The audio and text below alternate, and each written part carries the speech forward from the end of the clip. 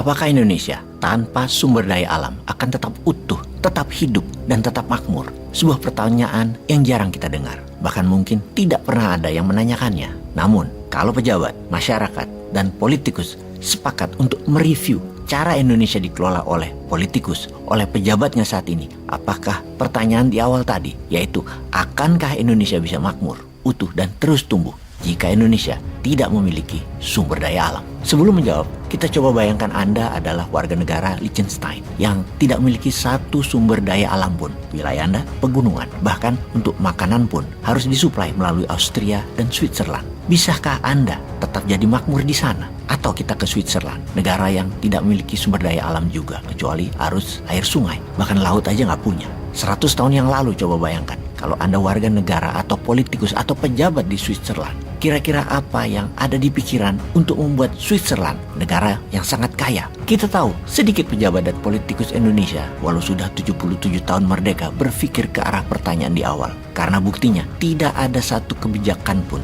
yang mendukung Indonesia tidak punya sumber daya alam untuk survive. Karena yang ada hanya bagaimana menjual kekayaan alam, bagaimana menghabiskannya. Walau GDP negara naik tipis setahun 3%, namun kantong beberapa elit naik hingga 100%. Nggak peduli juga rakyatnya. Coba kita rincikan sekali lagi dari sudut pandang negara lain. Kita ke Saudi. Apakah Saudi ke depan tanpa minyak bumi dan gas alam akan tetap utuh, tetap survive dan bertumbuh? Begitu pertanyaan itu ditanyakan, maka Saudi menjawab berbeda. Putra mahkota Saudi MBS Muhammad bin Salman tahun 2016 mengumumkan sebuah program yang bernama Saudi Vision 2030 dengan terang dan jelas mengatakan bahwa Saudi di tahun 2030 tidak lagi bergantung pada oil and gas 100%.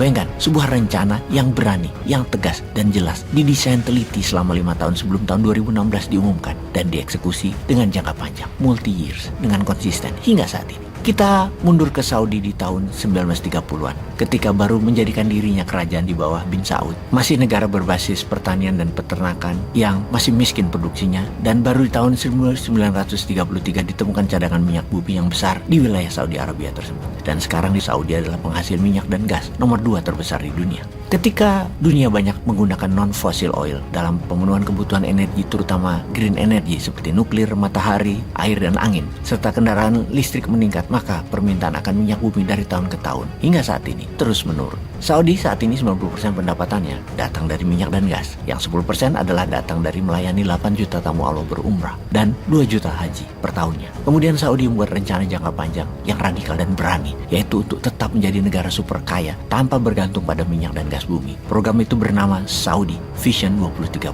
Caranya bagaimana? Maka mereka menggunakan sistem ekonomi, menggunakan nation wealth, yaitu SWF, Sovereign Wealth Fund. BUMN Saudi, Aramco, ini BUMN kerajaan juga, bukan milik rakyat atau model pemerintah seperti kelolaan di negara lain, tetap milik raja karena negaranya ya raja yang punya. Aramco adalah perusahaan paling menguntungkan sedunia dibandingkan dengan Apple atau Amazon misalnya. Namun sedikit orang tahu Aramco itu bagaimana kelolaannya sampai di tahun 2019 ketika mereka mengumumkan akan menerbitkan SWF senilai 2 triliun dolar atau 2.000 billion atau hampir 15 kali APBN Indonesia, atau uang untuk hidup 15 tahun rakyat 280 juta Indonesia ditarik ke depan, ditarik ke sekarang. Aramco Saudi punya sejarah panjang sejak tahun 1933 di mana dengan Standard Oil mereka bergabung. Standard Oil atau Stanford adalah mitra Saudi sejak hari pertama minyak bumi dan gas dieksplor dan diproduksi oleh Saudi. Lalu perlahan Aramco membeli saham Standard Oil. Dari tahun ke tahun, stake saham Aramco atau Saudi tepatnya membesar. Hingga pada tahun 70-an akhir Saudi memiliki Stanford, Standard Oil Company 100%. Kemudian di tahun 80-an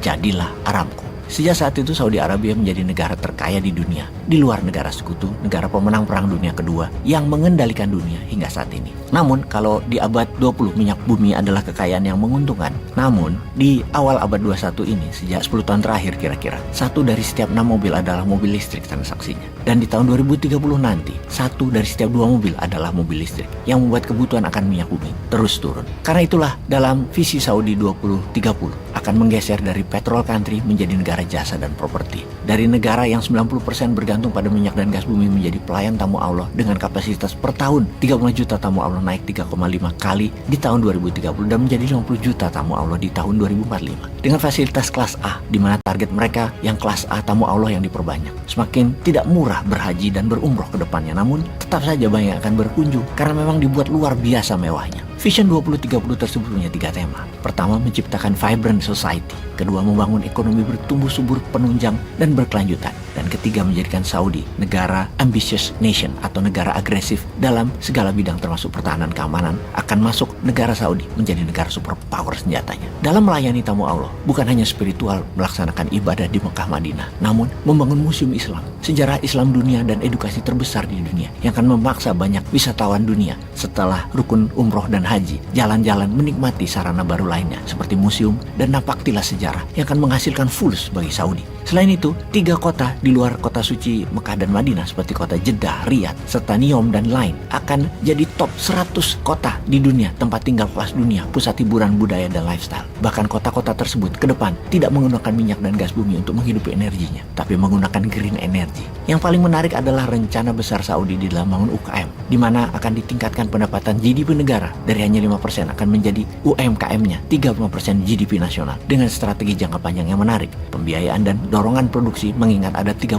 juta tamu Allah sebagai pasar yang besar salah satunya. Saudi Vision 2030 adalah privatisasi atau membuat negara menjadi negara swasta, setidaknya 35%-nya, yang mana pendapatan pajak akan meningkat dengan cara itu. Dengan mendorong wanita yang saat ini hanya 18% workforce di Saudi akan menjadi 50% workforce di tahun 2030 adalah perubahan radikal di Saudi yang sangat male superior menjadi seimbang antara pria dan wanita. Ini mengkonfirm Saudi adalah benar-benar negara ambisius, progressive country. Kembali ke pertanyaan awal, apakah Indonesia bisa tetap tumbuh dan utuh tanpa mengandalkan sumber daya alam? Semoga bisa belajar dari negara Saudi ini.